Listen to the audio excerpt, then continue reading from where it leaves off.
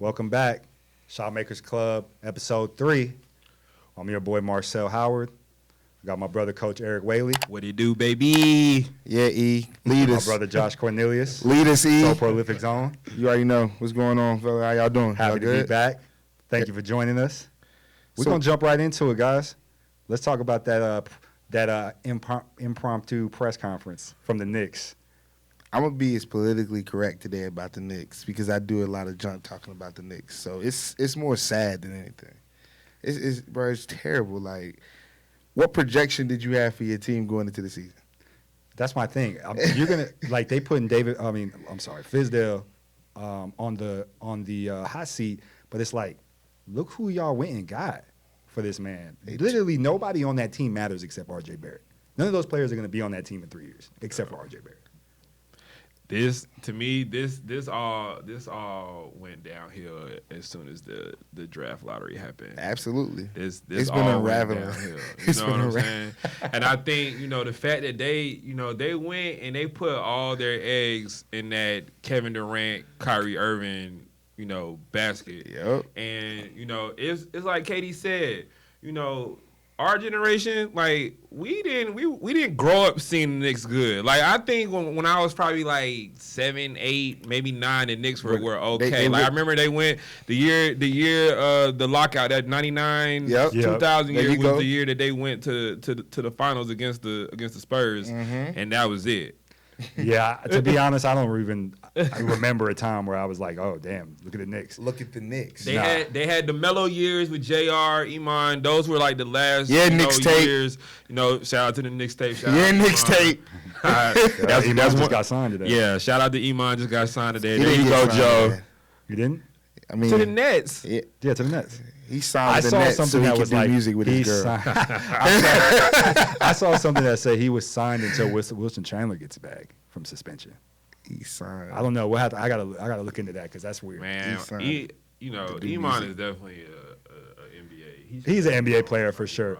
If Iman got a It's job, crazy then that JR if need you a look at job. those guys that were on that Knicks team, all of them kind of struggling to get back in the league. Yeah. Melo, J.R. Smith, Iman just got back. Well, I think with Iman, Steve honestly, Novak with his family. Honestly, and he, me, I follow wherever Bron goes. So Iman had his couple years with Bron. I used to say back then, just following Iman, you're doing too much with that music. Yeah. If I see, Dame's doing his thing with the music. It be in the off season though. It's in the off season, and Dame, he is the key Dame's to had that 60 franchise. points the other night. My thing with the music thing is, and I don't want to get too far on that, but it's like, with anything that you do, and this, you got to be 100 into it. And I know Dame, he's a decent rapper, I get it, but you're not able to tour. You're not able to really promote yourself in a way. So my thing is, let's just hoop. Yeah. No, I mean, it's cool. I'm not saying that people shouldn't have hobbies, but I'm not going to take a basketball player seriously, because I know you're not going to really be putting in the time. But Dame is the one NBA player / rapper that I could see, like, if he wanted Doing to a hang, little like if he wanted to hang the sneakers up today, he could definitely do the rap thing full time. Dame's a real one. He's that talented He's as a a real rapper. After that contract, though, yeah. I don't know if we'll see that anytime soon. Maybe after basketball, though. Yeah, Who knows? Dame a real one though. Yeah, for sure. Boston Celtics, best team in the league right now. Record-wise, exactly. Record-wise. Gordon just got hurt. Gordon just got They'll hurt. regress to the mean. I do think, though, that They got Kemba continuity. Walker is proving himself, because even though he was a great player in Charlotte, when you're the only guy, sometimes it's like we look at you like, okay, well, who else is going to score? Now he's on a team with multiple scorers, and he's stood out as the best player on their team. He's obviously well-liked amongst the organization. Yeah. They respect him. He's a leader. So I have to say, I think if he continues to play at this rate, shoot, MVP noise maybe? Yeah. For Kemba? For Kemba. Wow. For me, I think it's kind of been addition, by subtraction. When Kyrie Irving was there, as much as I love Kyrie, and as much as he was, responsible for helping lead the Cavs a couple years ago to that championship, I think he kind of marches to the beat of his own drum, and he wants things done his way. The main reason why he left was to basically help lead a team himself, and I think last year with just when the season started off the way it started off, I just don't think Kyrie was the type of leader that that he should have been and he could have been. Kemba's to a help good lead dude. that team. Yeah, Kemba's a great dude. Completely opposite guys. Yeah, and for him, right now. He's shooting a career high, first of all, on 3-pointers, shooting 43%. Yep. He's taking a lot of shots. And he's taking a lot more career high, 9.7, almost 10 attempts a game. Yeah. So for Kemba, that's a lot. For somebody who came in the league, somebody who wasn't known as a great shooter, he's definitely worked his way to that. I think he has also the highest offensive rating of his career right now at 118.5 as well. Yeah. Plus minus is on a career high. So everything, for him is trending up. And as well, honestly, Brad Stevens is a hell of a coach. I was going to say and for me, I think for him, great I situation. think Brad Stevens is constantly putting him in positions, great positions, especially on the offensive end to score. And one more thing, Kemba's not the best on-ball defender, but he tries. Yeah. He tries. He's good off-ball, too. Yeah, he tries, and he's always in the lanes, always in the passing lanes. He get boards, too. All It's that. weird. Yeah, It's weird. Kemba be down there. And we all know Kyrie is Uncle Drew. He's all about getting buckets. Yeah. So if he's not getting buckets, he really can't help you too Kemba's much. a team guard. And he's playing pretty well this year, but the Nets, they're not, as a team collectively, they're not getting W's. They're not getting the job done. So we'll see with them. When I look at the Celtics, the thing that comes to mind with me is I know you just mentioned Gordon Hayward's gotten hurt and Brad Stevens and their relationship.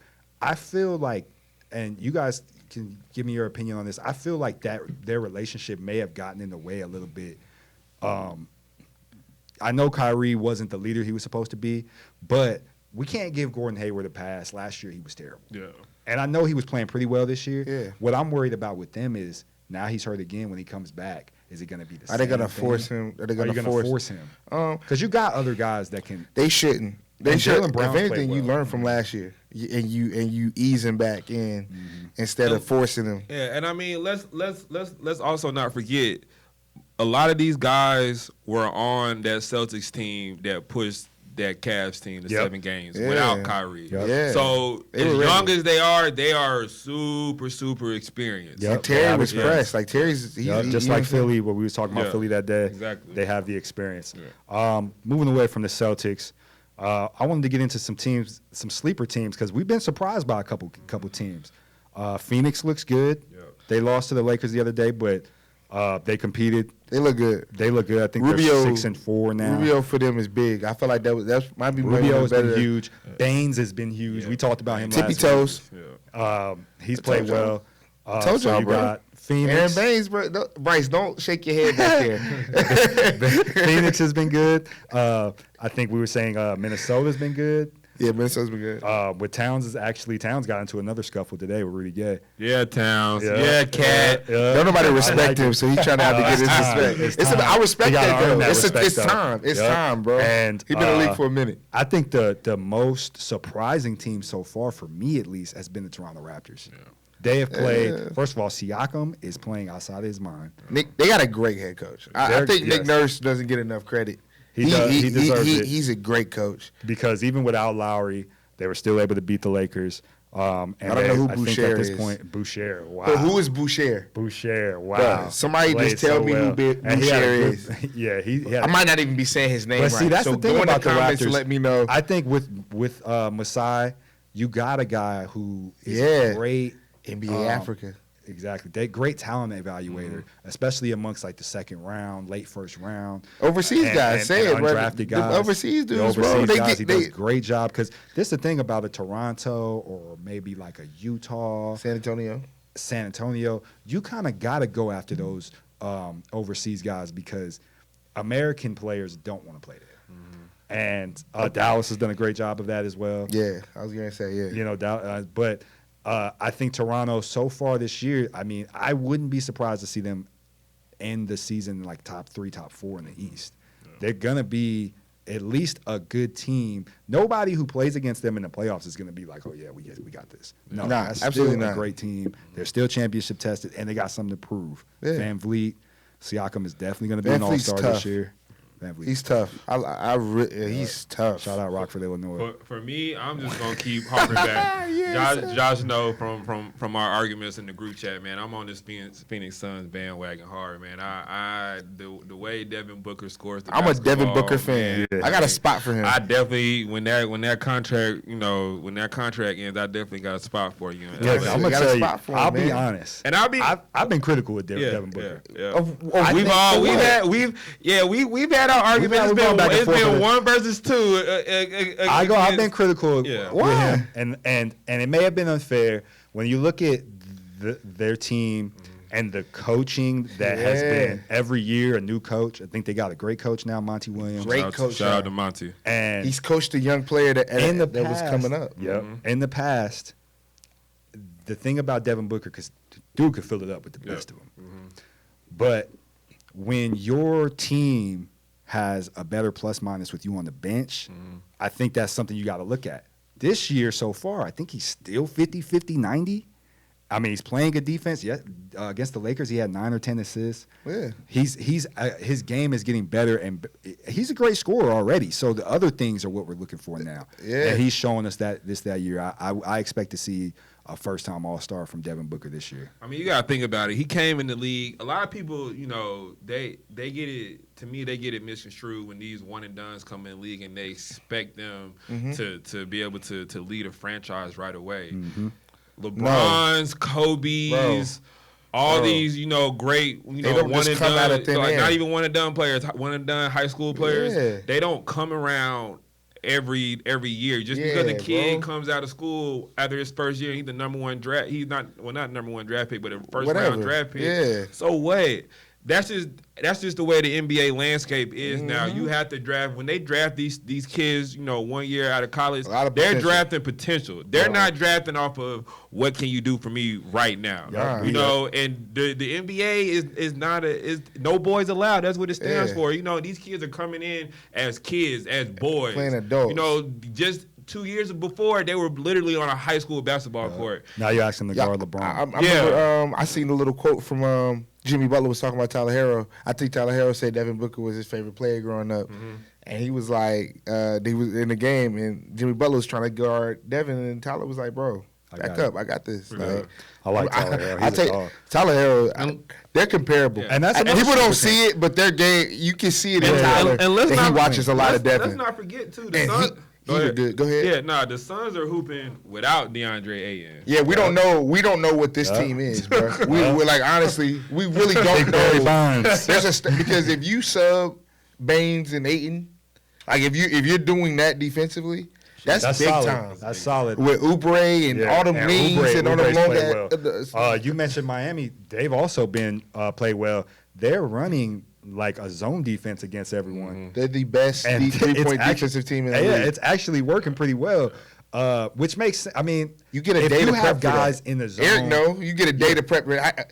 If you got guys in the zone that are willing to close out, they're willing to fight hard to get to those closeouts and box out. You know what I mean? The zone is already defending the paint. Yep. What people always think in the zone is that we're going to get open shots, but if you're closing out the way they are, they continue to impress me. Well, they're dictating where you getting threes from. Yeah. You know what I'm saying? Like, okay, we gonna force you to get this three from the corner. We're closing out. I think with the Lakers have the perfect recipe because even though they don't have good shooters, they have Anthony Davis who can get in that free throw line area.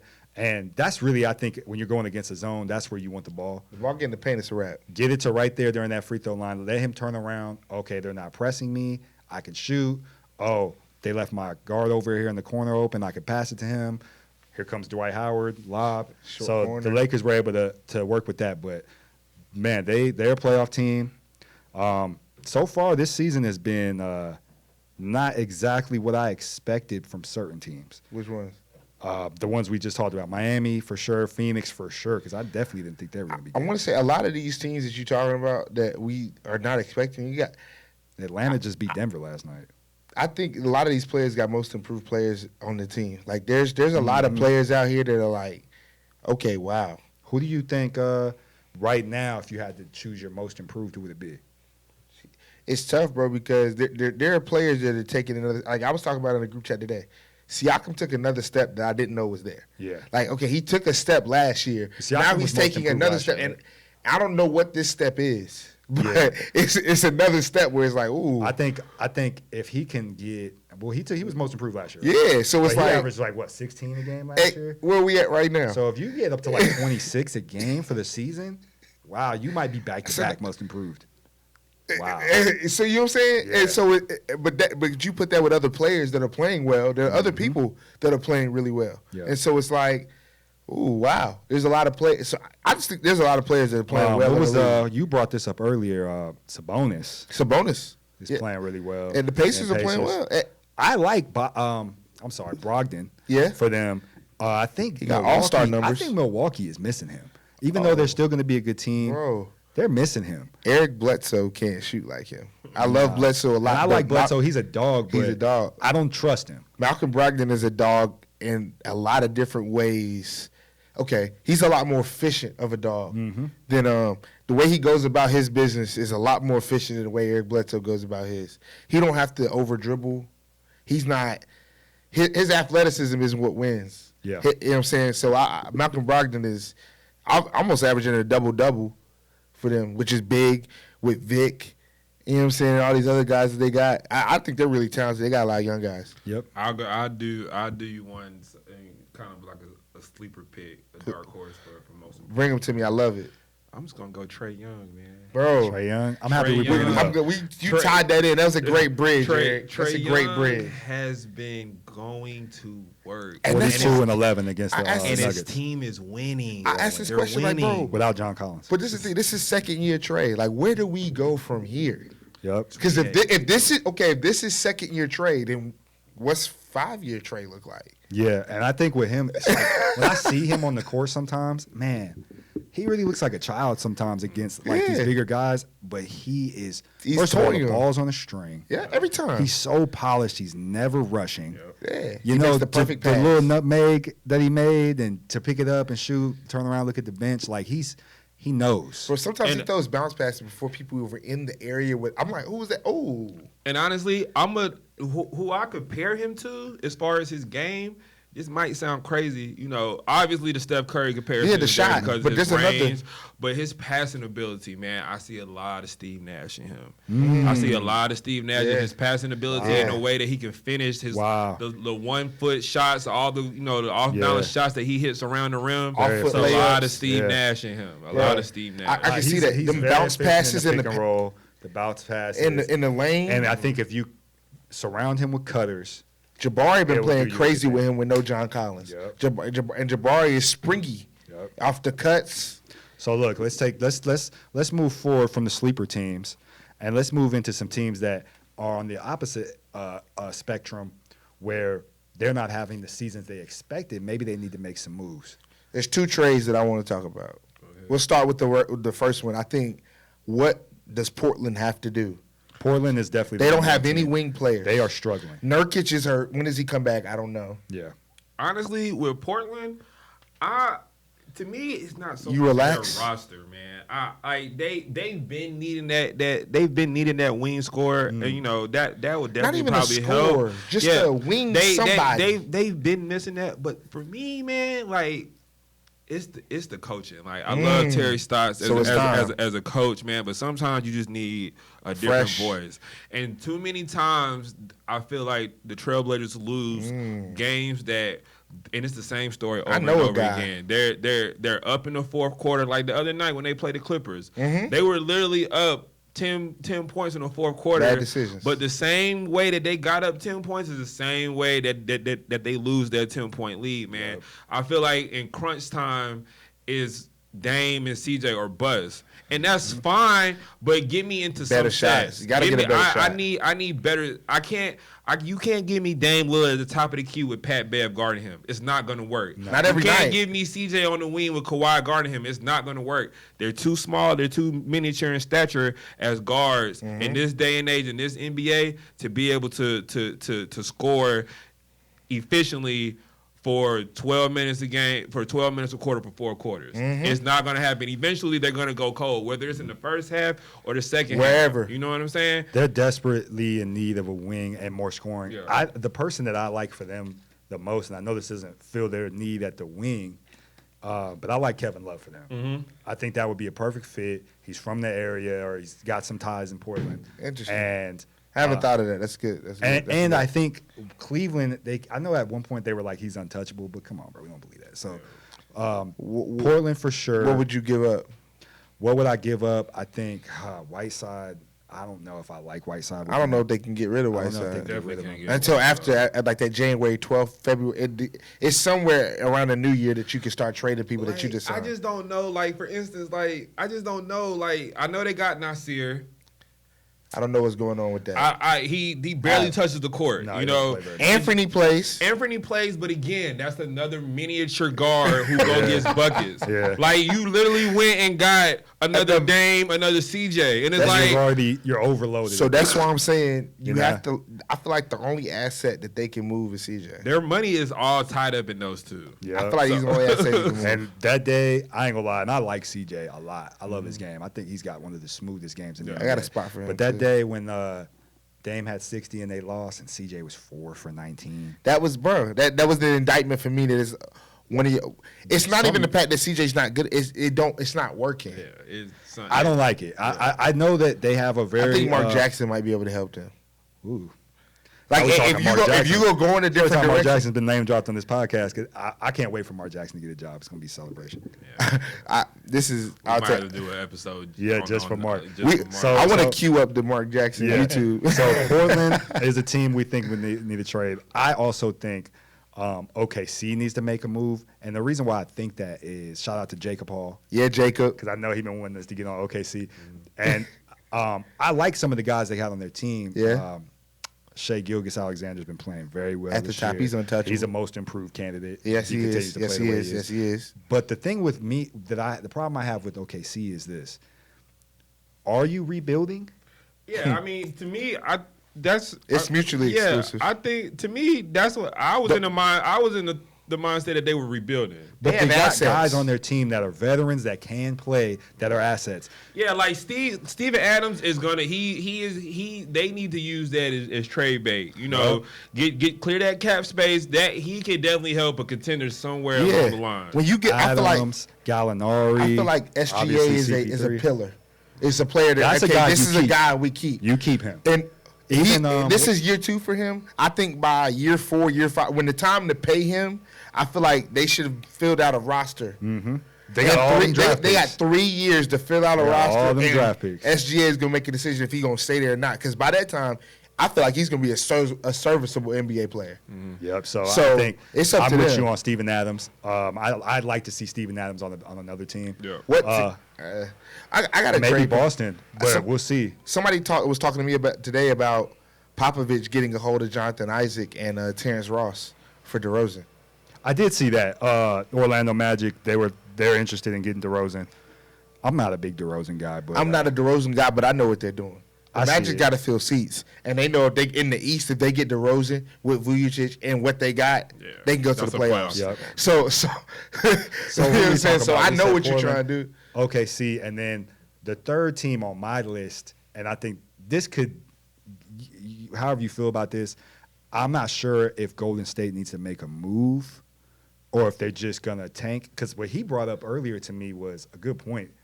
Man, what if Golden State gets like a number 1, number 2 pick? They next are. year? They're getting the top 3 pick, and they're If going to they get walk a away with Wiseman- Wiseman or with Edwards, and And everybody you've going to be seen sitting here Edwards in looking person. stupid. We're all going to be That's a sitting here grown looking man. stupid. He's And they're going to be He's revamped. an NBA player right now. And so look, you trot this roster out: D'Lo, Steph, Clay, Draymond, Edwards, and now where everybody gonna be sitting here like, dang. That's why I said We let them revamp they, in a year. They just need to sit Steph. Just sit. Just sit. Steph. Well, Go ahead, Draymond. Yeah. Trot your behind out Yeah. there. Then you go play. Stay in Earn your shape, money. You got to get Yeah. paid Stay anyway. in shape. You want the Yeah. bag? Yeah. You'll earn it. Stay in shape. Speaking of stay in shape, let's talk about, because we got to talk about it because everybody's talking about it. What? Load management. Load management. I'm low managing AD tonight. Exactly. The Lakers are low managing AD. And I like how the teams now, you see the teams now are coming out and they're saying, is injury management Yeah. instead of load management Yep. or something like that. So they get smart because, first of all, Doc, came out and got them fined. Yeah. Doc Rivers is a joke. But where I wanted to go with the load management, LeBron called out AAU teams, and it's so crazy because we had actually been talking about. I sent you the notes earlier, and I was before LeBron said anything. Like, does load management need to start at AAU? Eric, you're an AAU coach. What do you think, man? So How? For me, I think one. All right, I'll do this. Let's just do this. People, let's stop calling all travel basketball AAU. Okay. All right. First and foremost, AAU is an organization in itself. So just because somebody is playing summer basketball does not mean that they are playing AAU. And I just got to make that clarification because I got real good friends that, you know, are a part of AAU, and they've gotten a bad rap, you know, over the last couple of years with, you know, fights at tournaments and stuff, and people automatically saying, "Oh, they're an AAU tournament," and they're not. There's AAU and there's YBOA and USBA and all these other organizations, and there's showcase travel ball, you know, that you know are, you know, related to the sneaker brands. Yeah. So for me, first and foremost, I do think that travel basketball needs to do a better job at the lower age groups because, for instance, the lower age groups, they literally play year-round. Like, they start in the wintertime and they go all the way through the summer. I'm talking about, like, basically school? middle school and below. Okay. Yeah. They literally play all year. Yeah. And that's the tournaments they be playing 3 games on a Saturday. Yeah. That's too much. Yeah.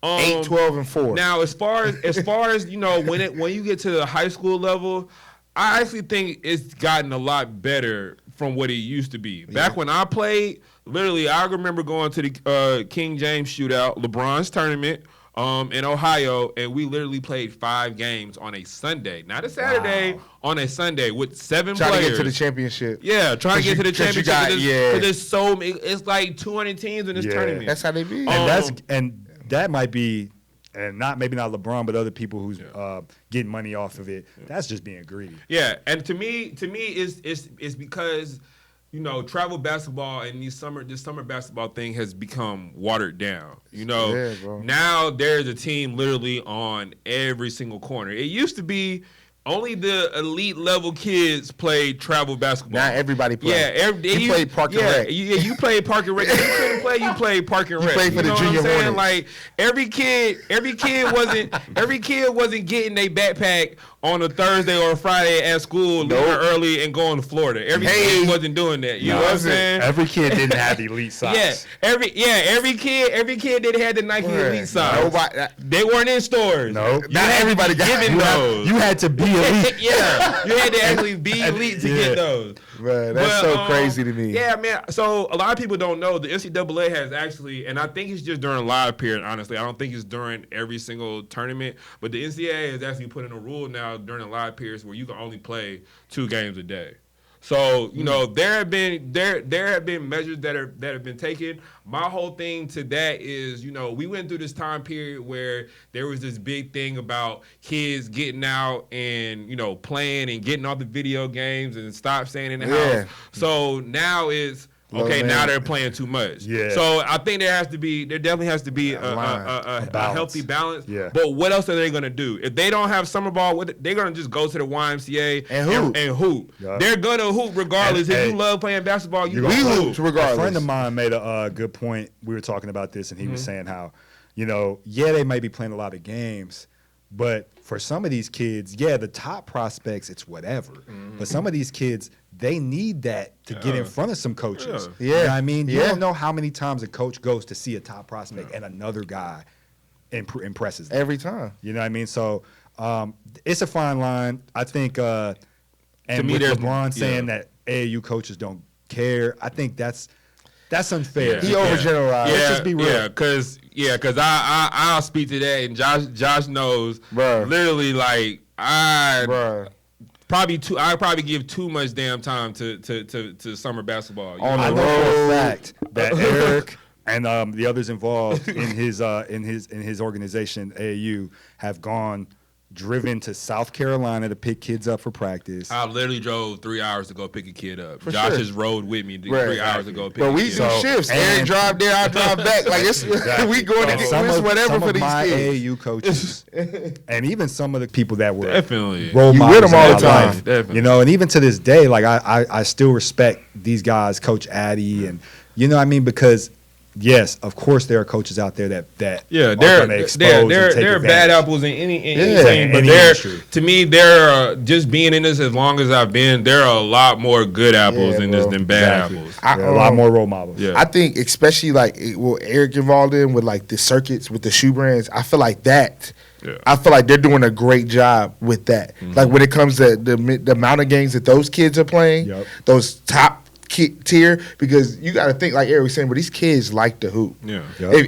If you're a kid and you a top 100 player and you play basketball, what do you think these kids do? Like he's gonna laugh, giggle. He may play 2K, but he's gonna be in the gym. And if he to get where you want to go, you got to be in the gym. So it's like I think they do a good job already. Honestly, they do. There's it now. no difference in the amount of tournaments that are played from when I played to when LeBron has played. It's the same calendar. There hasn't been any months added in a year. It's the same thing. To me, it's just more teams. So do you get those tournaments every now and then where you might play 3 or 4 games in a day? Yeah, it happens. Oh well. They be happy. But to me, me being on it as long as I've been on it, bro, it doesn't happen that much. No, it's not too many times where you play 5 games in a day. It just doesn't happen. And look, at the end of the day, man, AAU is fun. Yeah. You know, bro, when I they was a with their kid, friends. it was one of there's nothing more fun when you're 13, 14 years old going to a hotel with your friends and you hanging out and y'all balling the next day. And even if y'all play 3 games or whatever, we hitting the pool tonight, we hanging out. It's Bro, fun. So, It opens AAU. Allowed me to see places that I probably wouldn't have seen if it wasn't for that, whether I was playing or coaching. Bruh, it's so crazy. Like I feel like that's the best part about it. Like being with Eric, we go places, and these kids, some of these kids, they never left where they from. You know what I'm saying? They Now never they're in thought they LA. were there. They never even thought of doing now they're in these Vegas, things. Orlando, wherever. And we then- literally went to Las Vegas and stayed in the MGM Grand. Shout out Mr. Welfare. Thank Wow. you. Big Wealth. He's a legend. He's a legend. And then another rewarding part. We at the house just chilling. We watching the game last night. The Citadel pop up. Fletcher. Big One of Fletcher. our kids playing on damn ESPN. Like That's a blessing. it's a blessing. That is, see, Shout out Fletch. And Yeah, that's I think, Fletch. at the end of the day, Yeah, those bro. coaches, that's what it's all about. Yeah, You know, get seeing them to these kids college. make it to the top level that they could possibly make it to. So that's dope, man. Other than that, man, I think that's going to pretty much be a show today. It was a great episode. Great episode. We got on some good topics. Let me give one shout out. Shout out to my boys, my squad at Yeah, Westminster Catawba. yeah. Got our Yup. first win of the season. Yup. If you Changing didn't the know- culture. If you didn't know, Eric is the assistant head coach at Westminster Catawba Private When y'all School. next game? Yep.